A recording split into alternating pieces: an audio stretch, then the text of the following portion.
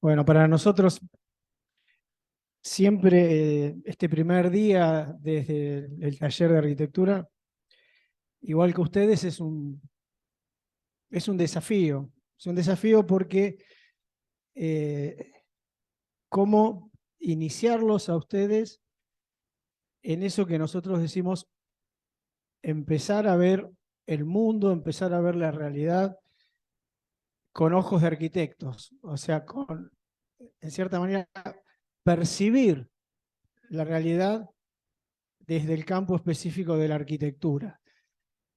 Y es un desafío porque, o sea, estamos en desigualdad de condiciones y a veces no tanto, ¿no? Entonces, me parece que es una condición de ustedes de poder comprender de a poco y a partir de esta segunda semana lo que nosotros decimos cuál es el campo específico de la arquitectura. Hace 60 años, más o menos, que se cumple este año, esta facultad se separa de la ingeniería, ¿vale? O sea, el que quería ser arquitecto hace 60 años estaba en la facultad de ingeniería, era un departamento de ingeniería, y luego la sociedad madura, la realidad dice, no, esperemos. La arquitectura, si bien comparte con la ingeniería la construcción del espacio, la construcción, el cálculo, hay una componente diferente que la diferencia a la arquitectura de la ingeniería, por ejemplo. Hay una componente diferente que la asocia y le da la disciplina arquitectura de la escultura o del arte, ¿no? Entonces, el espacio y percepción para un escultor es diferente que para un arquitecto.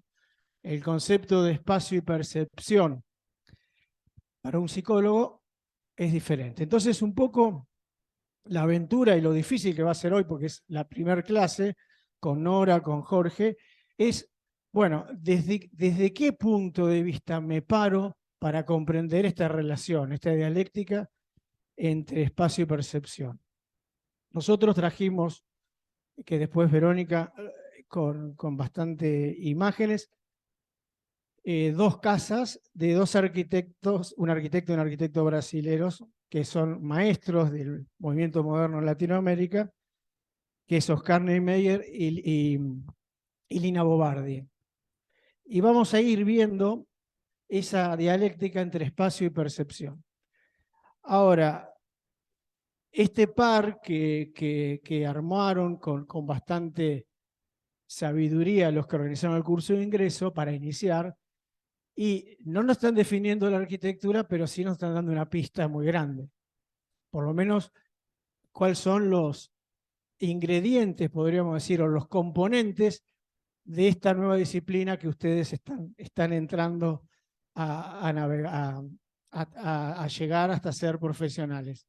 ¿Qué nos está diciendo? Hay siempre en la arquitectura una componente que es el espacio arquitectónico, el espacio arquitectónico. Vamos a ver, que es diferente al espacio del astronauta, por ejemplo, o del espacio del geógrafo. Hay un espacio arquitectónico, pero para que sea arquitectura, y ahí es donde está la especificidad de la tarea del arquitecto, tiene que haber siempre un habitante, una sociedad que lo use, lo percibe, en este caso lo percibe, lo siente, ¿no?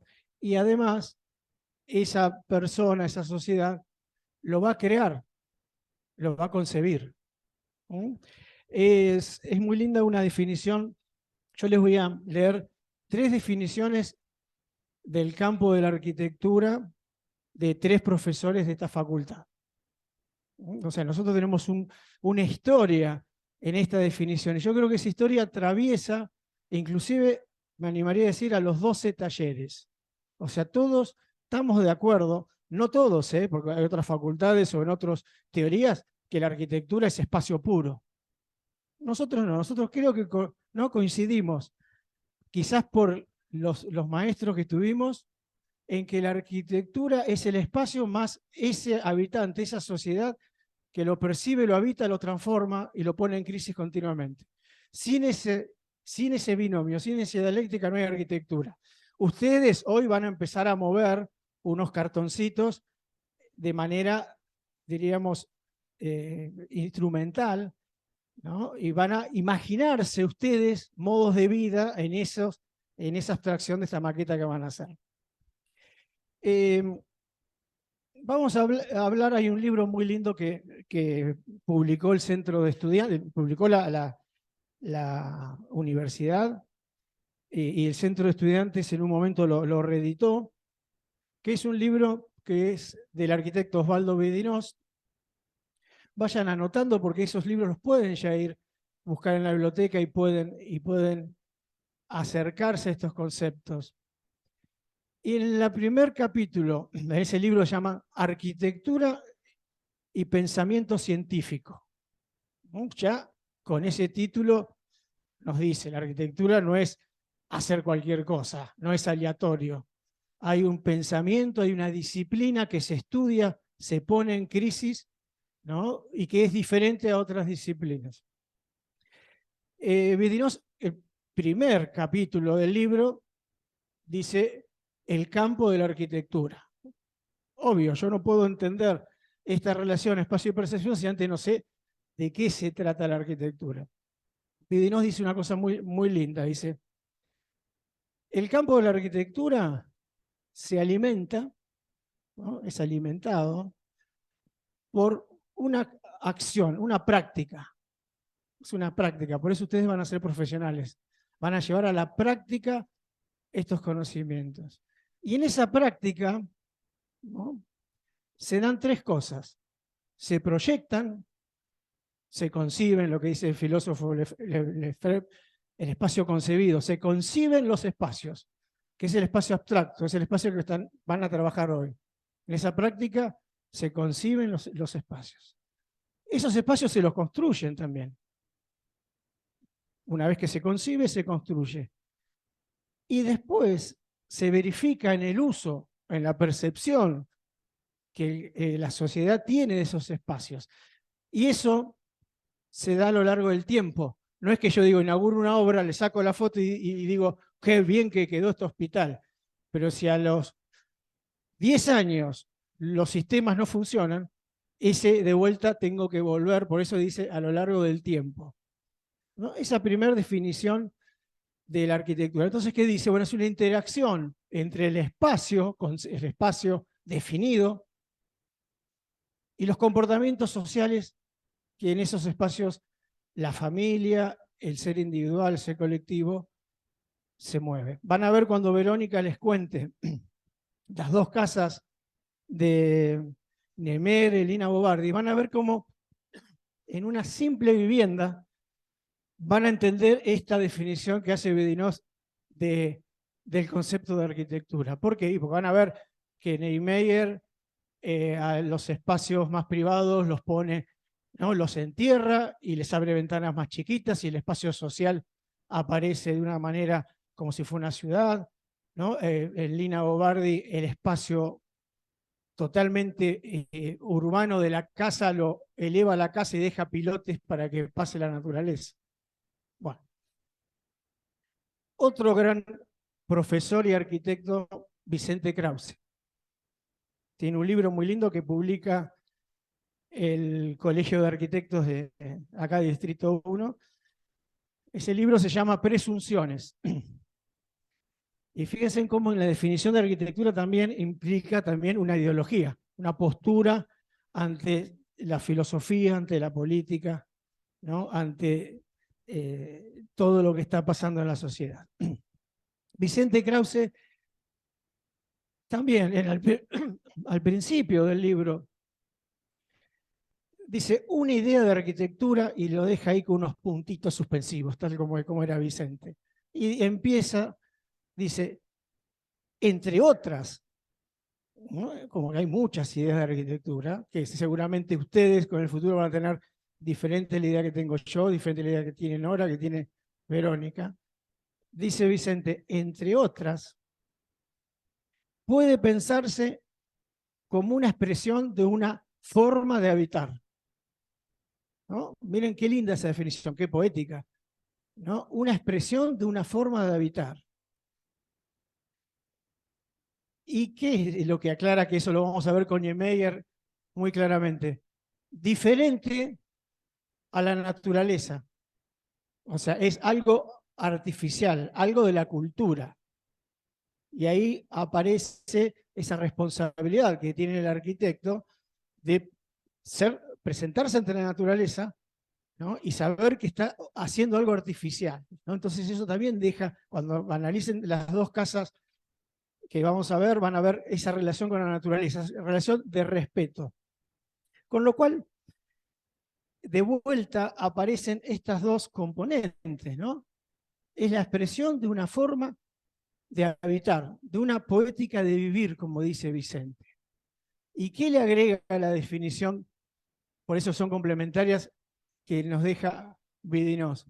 Le agrega otro componente que es el espiritual, ¿no? Entonces dice que la arquitectura, o sea que además de ser un elemento físico, el elemento funcional, la arquitectura para Vicente Krause tiene que elevarnos a elevar la vida a un nivel poético. Hay poesía, ¿no? Está la componente espiritual y la componente funcional. Y la tercera definición que me gustaba traer en esta componente para poder entender con gran síntesis el arquitecto Marcos Vinograd, ¿no? Que justamente nuestra aula lleva el salón de actos su nombre. Con esa gran síntesis podríamos decir que él afirma que la arquitectura es una dialéctica entre un ámbito y una actividad que se desarrolla en ese ámbito. Y que va más allá, dice que es una unidad dialéctica ese concepto. Yo no puedo separar, sería esta aula sin ustedes habitando no sería arquitectura, sería una simple construcción. Y ustedes y yo armando esta conferencia en un espacio no arquitectónico no estaría llevando adelante la arquitectura. Por eso que me parecía importante, como esta primer semana donde vamos a integrarnos a los talleres de arquitectura, reflexionar sobre esto. Ahora, una vez que nosotros definimos ese concepto de arquitectura, nos vamos a preguntar, bueno, entonces, ¿qué hace el arquitecto?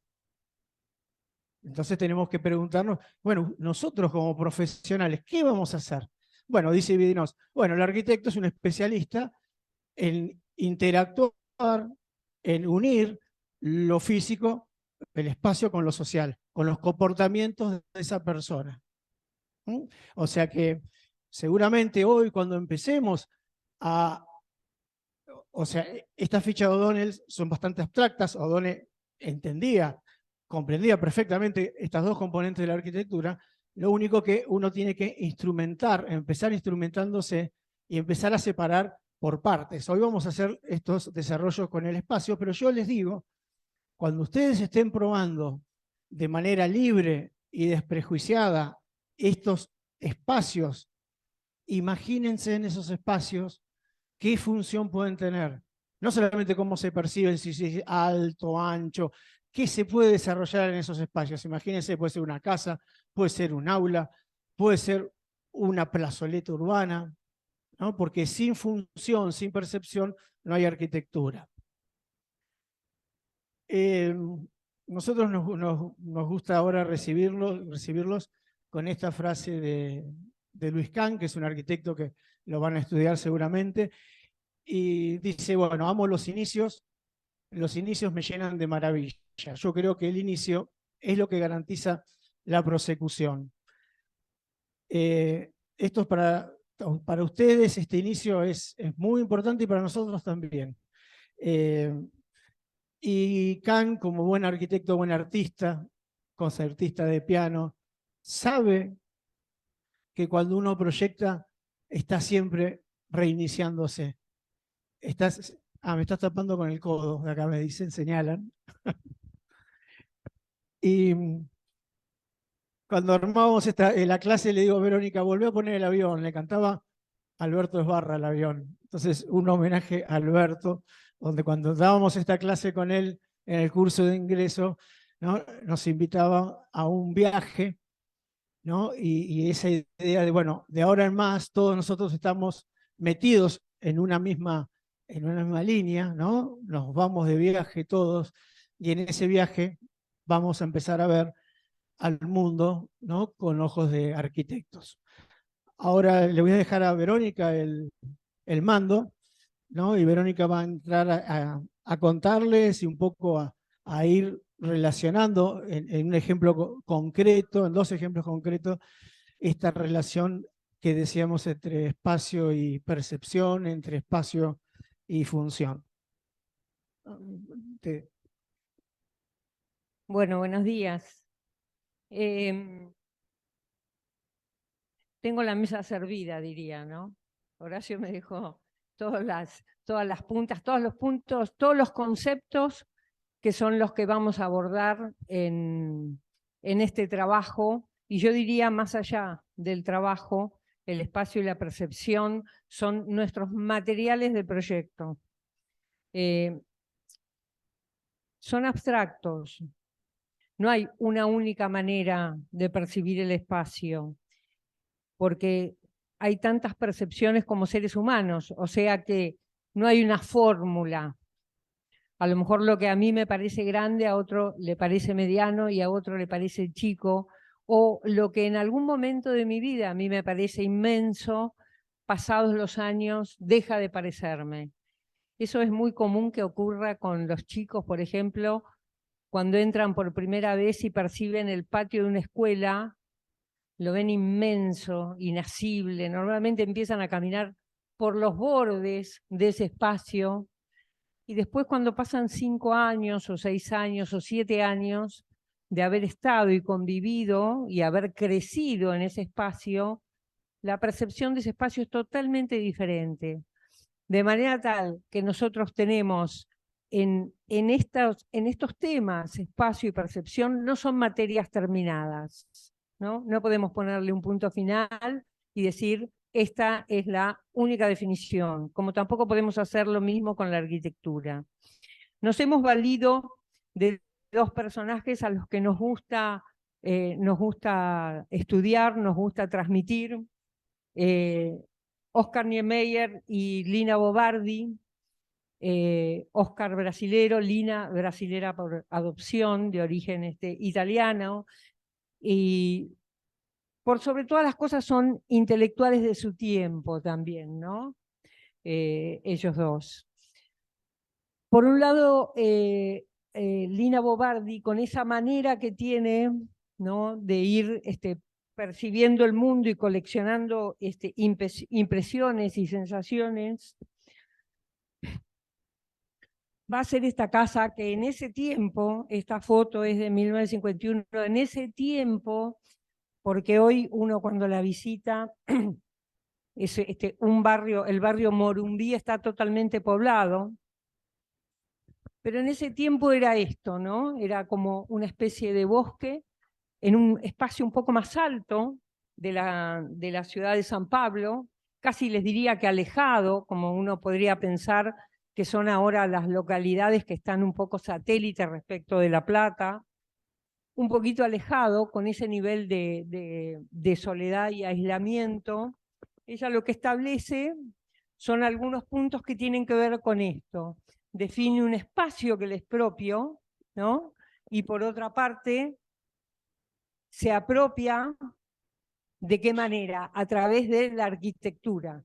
Porque estar paradito solo en este lugar y no tener el marco de contención que supone eso, es una percepción absolutamente diferente. Entonces, la percepción espacial es lo que me está dando... esperen que algo me ha pasado. La percepción espacial es lo que me está dando la arquitectura. Y la arquitectura es muy sencilla. Ella toma un lote casi cuadrado, define... tengo que señalar con esto. define 2 bloques, básicamente, ¿no? Deja un patio en el medio y hace, bueno, acá, qué lástima que el corte no se puede apreciar, ¿no? Y acá nos hace percibir, por un lado, vamos a ir recorriéndolo con las fotos, ¿no? Por un lado nos hace percibir todo este enorme vacío, ¿no? Este enorme respeto que tiene respecto de la naturaleza, donde apenas se posa, y empieza a establecer un recorrido a partir del cual yo voy descubriendo la casa, ¿no? Yo por esta rampa blanca llego a un lugar de sombra, en ese lugar de sombra empiezo a descubrir una escalera, que ahí está, que ahí la percibo, una escalera de doble tramo, o sea, ya estoy pensando yo que en la escalera y en la medida en que yo voy transitando ese espacio, voy descubriéndolo, voy percibiendo todas las cuestiones que tienen que ver con el paisaje, voy tomando contacto con la tierra y voy empezando a armar este esquema que supone y todos estos cuadros y encuadres y espacios que genera el hecho arquitectónico. Nosotros decimos normalmente que hay arquitectura porque además hay poesía en esta búsqueda espacial, ¿no? Y por eso es una arquitectura que a nosotros nos encanta porque nos conmueve encontrar todas estas búsquedas en un proyecto. Trasciende el hecho constructivo, es una obra que tiene poesía. De la misma manera lo hace Oscar Niemeyer, ¿no? Con esta manera tan libre que tiene de pensar en la arquitectura, ¿no? Muy asentado en los principios del movimiento moderno, pero también con una enorme libertad expresa su obra de arquitectura. Ahí a partir de un boceto, también en un terreno, esta es la Casa Canoas, cerca del río, en un terreno que está elevado, que está en un recorrido, cuando uno va subiendo a esos lugares, vieron donde se tiran para hacer alas delta, en ese camino de curva y recurva, en el medio de ese bosque que se genera ahí, uno descubre esta casa en un recodo, en una curva, uno tiene la posibilidad de entrar aquí, y la casa lo que hace es básicamente establecerse con un grado máximo de libertad, aunque en algún punto se ancla. Ese dibujo que nosotros vemos, que es esa piedra, ¿no?, que aparece acá, en este primer boceto, rescatándose, y aparece acá, esta piedra es lo que fija la casa a la tierra, ¿no? De la misma manera que Lina en realidad decide solamente caer con una pequeña escalera y mandar a la parte de atrás todo lo que tiene que ver con el servicio privado. En realidad, lo que hace Oscar Niemeyer es fijarse al terreno a partir de esta piedra. Y después aparecen los componentes, el agua, ¿no? Aparece la casa, aparecen los lugares de media sombra, van apareciendo todos esos lugares que le dan calidez.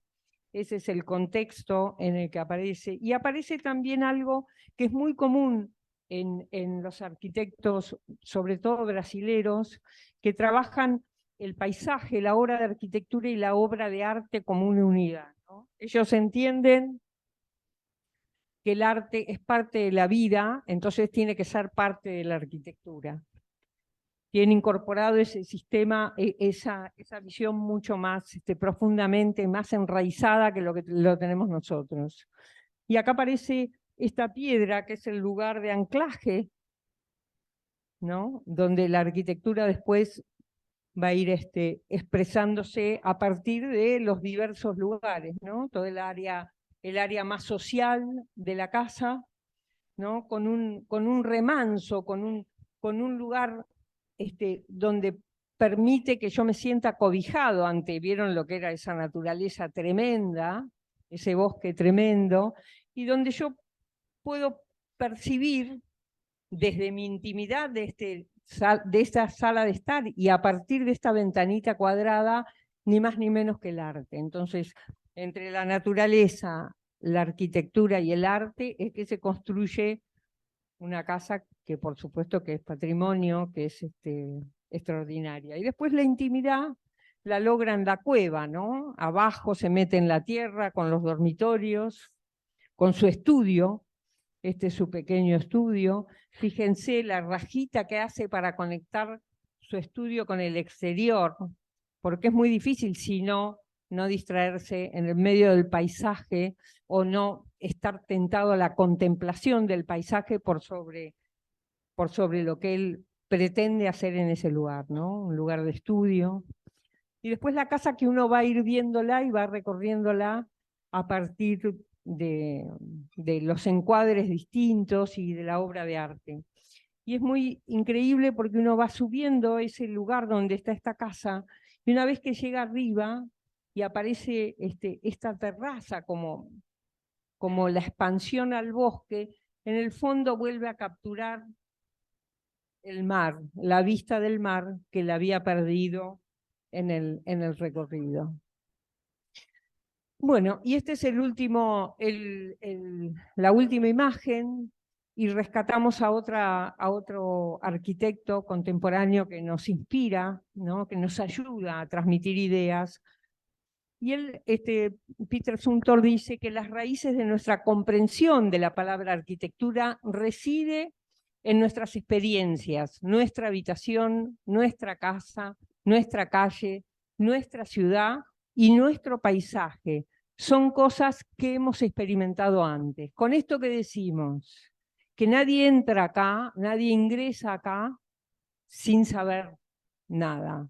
Viene con uno, viene con su experiencia. El hecho de habitar es un hecho que es común a todos y el hecho de la percepción también es un hecho que es común a todos. Solo que acá vamos a pensarlo disciplinarmente.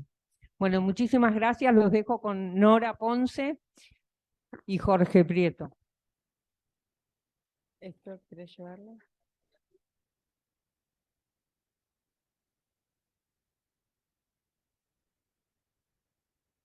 Ahora sí, ¿estamos? Bueno, buenos días a todos otra vez. La idea es entonces, en la clase de hoy, como decía Horacio, hoy contaba, esta es la primera charla que ustedes tienen sobre los talleres de arquitectura, porque hoy empiezan a explorar con sus maquetas y con la actividad del día, ¿verdad? Los conceptos de espacio y percepción que recién comentaban los arquitectos son conceptos que para nosotros siempre están juntos. Hay una serie de imágenes que yo les voy a mostrar que tienen el propósito justamente de que nosotros analicemos. ¿Se escucha? Porque hay mucho ruido. No, son las otras aulas, me parece que están haciendo. Ahí está. La idea es que hoy yo les voy a contar, a partir de una serie de ejemplos, muchos ejemplos en los cuales podemos ver esta relación tan inmediata que nosotros vemos entre estos dos conceptos, ¿no? El concepto de espacio y el concepto de percepción.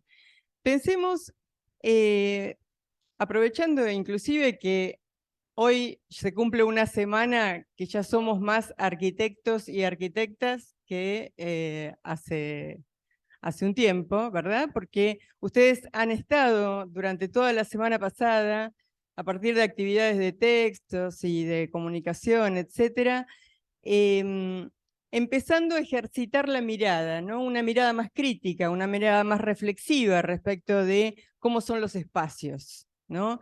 Y qué me producen los espacios, cómo son y qué es lo que me producen. Y ahí está entonces esta relación del espacio y la percepción. En este momento hay 6 aulas funcionando. Bueno, cada aula, si ustedes piensan y la miran críticamente, están teniendo condiciones distintas de medida, de proporción, de materialidad, condiciones de iluminación, ¿verdad? Todas esas son condiciones que son características que tiene el espacio, pero que a su vez me permiten reflexionar cómo yo me siento en esos espacios, cómo los percibo, ¿no?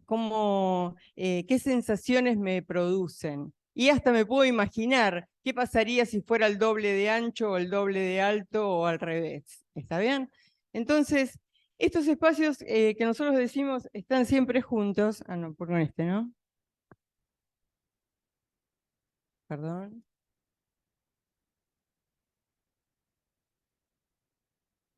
Estos espacios que nosotros decimos están siempre juntos, los podemos analizar en cualquier espacio. Ahí, por ejemplo, está el High Line de Nueva York, y en verdad ahí se ve, digamos, cómo ese espacio fue pensado, pero a su vez cómo cada uno se lo apropia, ¿no? Por eso nosotros decimos usos, apropiaciones y organización del espacio. Hay alguien que lo piensa, pero hay alguien que ve ese espacio y se le ocurre utilizarlo de determinada manera.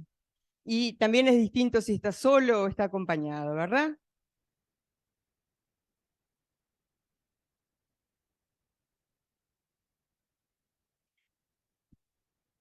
De esa manera nosotros nos estamos haciendo siempre, vuelvo a la anterior, nos estamos haciendo esas dos preguntas, ¿no? ¿Cómo reaccionamos a un lugar y cómo ese espacio me condiciona, ¿no? Y decide sobre mí determinadas posibilidades de desarrollar una actividad. Voy a porque también con el diseño nosotros podemos utilizar esa percepción para ver cómo lo quiero producir al espacio, ¿verdad? Entonces, cómo con el diseño de esos espacios puedo modificar el bienestar, las sensaciones y las distintas posibilidades de apropiación. Acá, por ejemplo, hay un ejemplo cualquiera, digamos, de unos bancos que están, uno los ve sueltos en un parque, ¿está bien? Alguien los pensó. Los dispuso en ese sitio, y en verdad permite distintas posibilidades de ser utilizado. Entonces, podemos decir que en el diseño hay un proceso de creación, y ese proceso de creación tiene un objetivo, tiene un determinado propósito, no es al azar, digamos, yo decido que eso sea utilizado de determinada manera y tengo un objetivo para poder plantearlo, y entonces lo planteo. Eso también les va a pasar a ustedes, digamos, cuando empiecen a proyectar, van a tener un objetivo, ¿no? Al principio lo pueden hacer por exploración, pero luego siempre hay un propósito, ¿no? Hay algo que quiero transformar de determinada manera.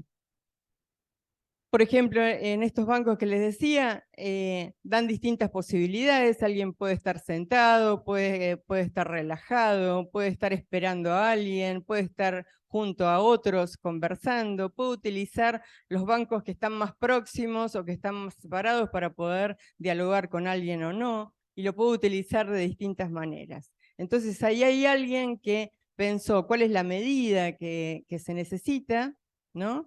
Y a su vez, qué distintos materiales son los que tienen que componer ese banco, ¿está bien? Para que la persona pueda sentir ese bienestar o tener esa sensación que estoy buscando. Quiere decir entonces que desde la percepción yo voy a tener distintos tipos de espacios. Si pienso y analizo, digamos, el tema de la percepción, puedo pensar distintas características espaciales y entonces distintos tipos, ¿verdad? Vamos a recorrer estos distintos pares, digamos, de características espaciales, ¿no? Y de sensaciones, que a ustedes se les podrán ocurrir otras, pero en estos pares, digamos, yo lo que traje es una imagen de cada uno, que después ustedes podrían analizar y profundizar más si les viene bien, digamos, pero son distintas posibilidades en las que puedo advertir esto que les decimos. El concepto de espacio y percepción siempre están juntos. Lo que vamos a ver es cómo, digamos, y por qué eso se da. Entonces los voy a recorrer uno a uno. Por ejemplo, el espacio estático. ¿Cuál es el espacio estático? Es el espacio que yo desde un solo vistazo lo entiendo, lo puedo abarcar. ¿Está bien? Si uno ingresa en este sitio, lo que tiene es esa sensación, ¿no? La sensación de que encuentra rápidamente los límites, lo puede comprender, ¿está bien? Y por eso lo entiendo como un espacio estático. ¿Está bien? Fíjense la entrada de la luz, ahí está el juego de la proporción que les decía, ¿no? Y esa sensación, digamos, de un espacio muy envolvente. Contrariamente, está el espacio que es dinámico, ¿verdad?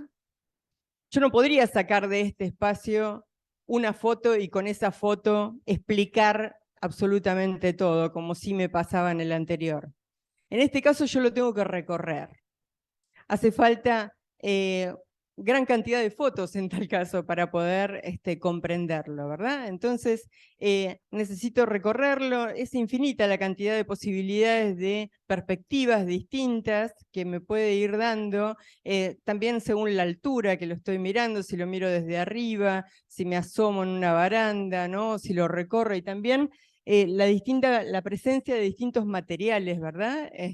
Y la contraposición de distintos materiales. Entonces acá las formas y el diálogo entre las distintas formas hace que esta sensación de recorrido sea la que más me explica, digamos, cómo es ese espacio. Es un espacio dinámico, tiene movimiento, ¿verdad?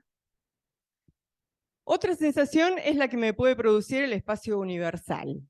Cuando hablamos de espacio universal, nos referimos al espacio multiuso, ¿no? Como podrían ser los estadios, ¿no? Yo acá pongo que fue en el 21, digamos, en el campo de polo, digamos que no importa si era el campo de polo, podría ser cualquier otro lugar, podría ser cualquier otro estadio, ¿no? Pero pudo ser utilizado en este caso para tenerlo a Cerati ahí. Fíjense que hasta el espacio no importa si estaba ahí, algunos de los artistas estaban, otros no, digamos, y no importaba, porque el espacio se construye, digamos, y se construye para este uso en este caso, ¿no?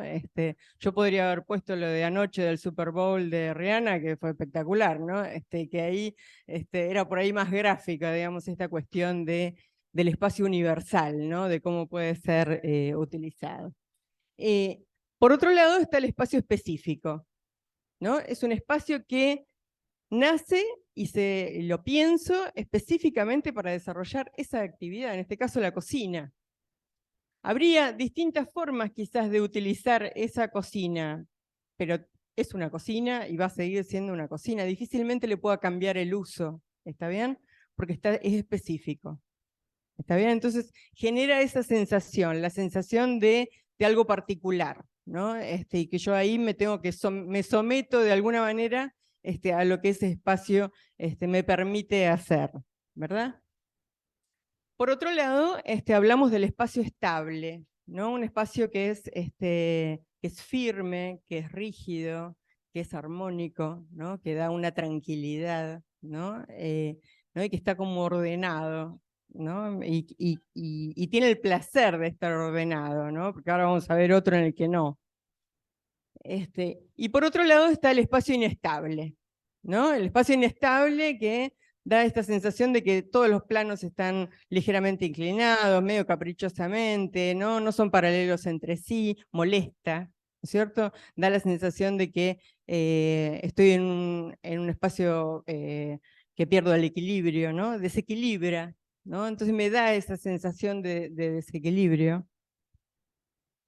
Por otro lado están los espacios abiertos y cerrados, ¿no? Los espacios abiertos que también tienen límites, pero los encuentran de otra manera.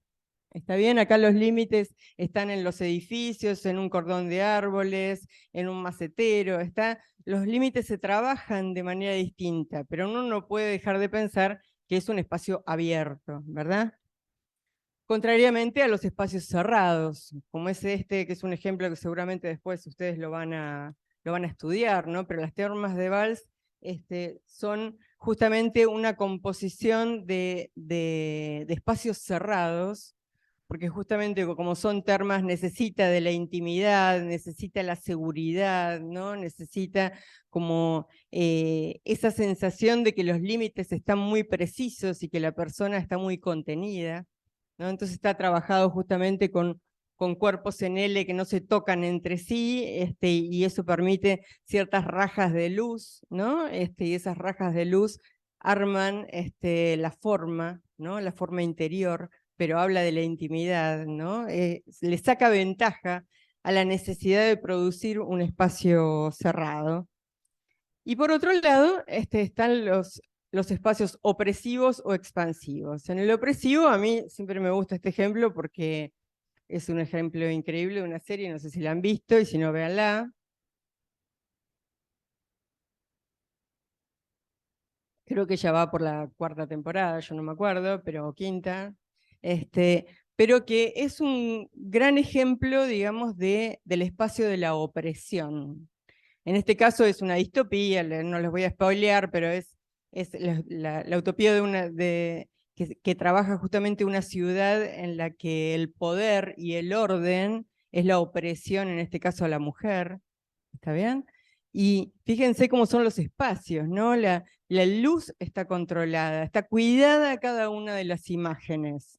Las imágenes son de un orden que molesta, no es el orden que hablábamos hoy, es un orden que molesta porque es opresivo, ¿está bien?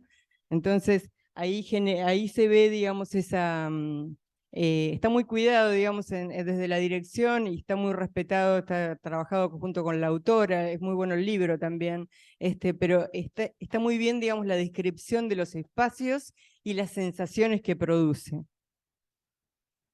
Y por otro lado está el espacio de la expansión, ¿no? Lo que nosotros hablamos siempre de expansiones, ¿no? Da esa situación tan relajada, ¿no? De que el espacio se extiende hacia afuera, ¿no? Y la relación interior-exterior fluye, ¿no? Entonces da una sensación de relajación muy contraria a la que mirábamos en el anterior. Hasta acá, digamos, los pares de tipos de espacios, que más allá de que ustedes, si quieren, se le pueden ocurrir otros ejemplos o otros pares, digamos, de características espaciales que uno quiera recrear desde el proyecto, y con el proyecto generar ciertas sensaciones a quien las habita. Pero voy a aprovechar, digamos, que ustedes están iniciando esta semana de la exploración para indagar un poco, digamos, cómo va a ser esa exploración, ¿no?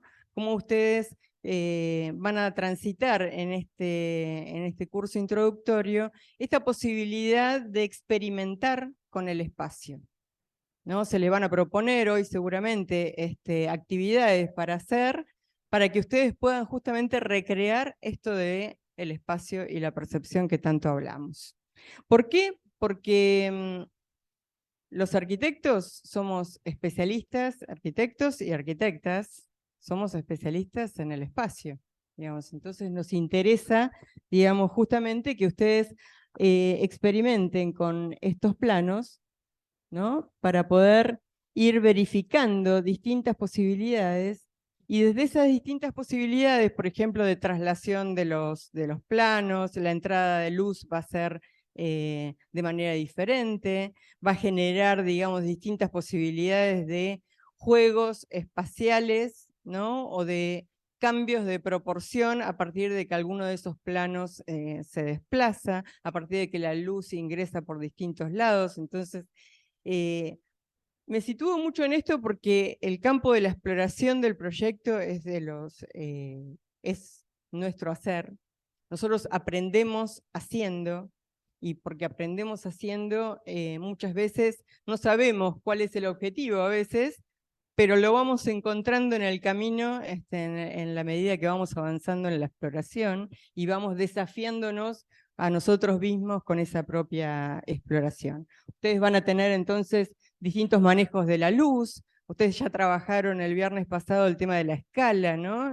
Entonces, que es tan importante en el manejo del espacio que ustedes van a diseñar, ¿está bien? Y cómo esa escala se pone en juego en esas distintas exploraciones.